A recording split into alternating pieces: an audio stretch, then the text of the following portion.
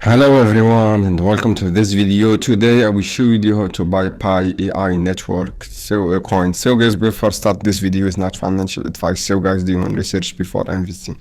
To buy this coin, guys, just copy address. This is on Solana chain. So guys, after that, go to this Bitget. I will purchase from Bitget and click wallet and click add token here, and make sure you have Solana and copy this address and click add token.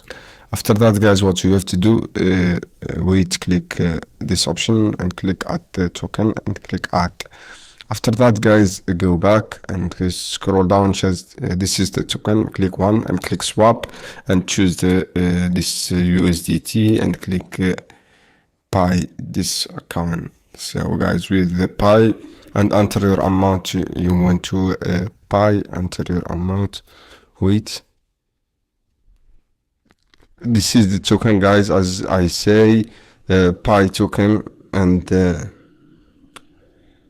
this is the token, guys. Just choose the amount you want to buy and click file exchange and make sure you have enough amount. This is how you can do, guys. I hope this video for you, and don't forget subscribe and like and share this video for more content.